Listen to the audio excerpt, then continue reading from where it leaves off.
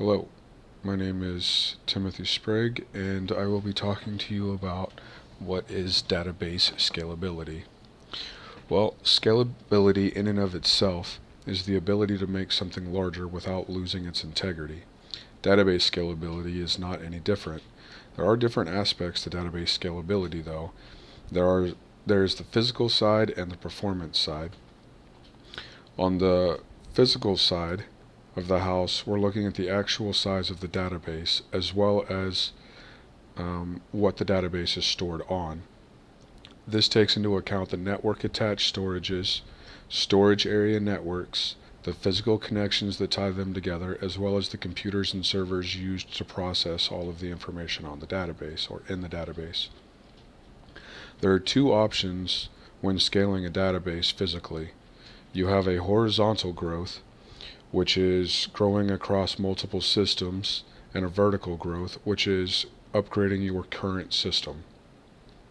When you're talking about a vertical growth, you're talking about upgrading the hardware in one system that you already have. This is good because it speeds up and allows for more to be processed at one time.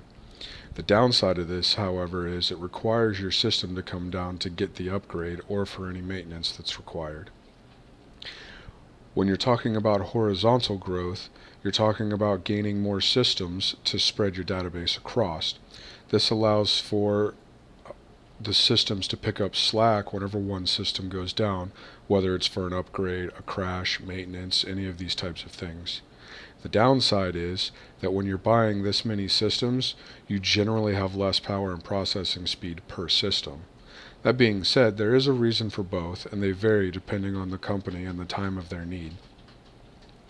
On the performance side of the house, we're going to be looking at the function of the database and the way these systems process it. This is the side of the house that keeps the integrity of the database intact, the speed and the transactions per second as the database continues to grow. As you gather more and more data, sifting through it to find what you want becomes more difficult, hence losing the integrity and scalability of a database.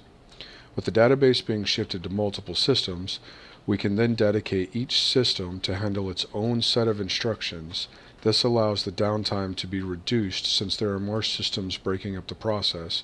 This means we have less wait times to finish one process and begin another. Thus, the physical growth helps to increase the performance. So, as you can see, scalability of a database is important.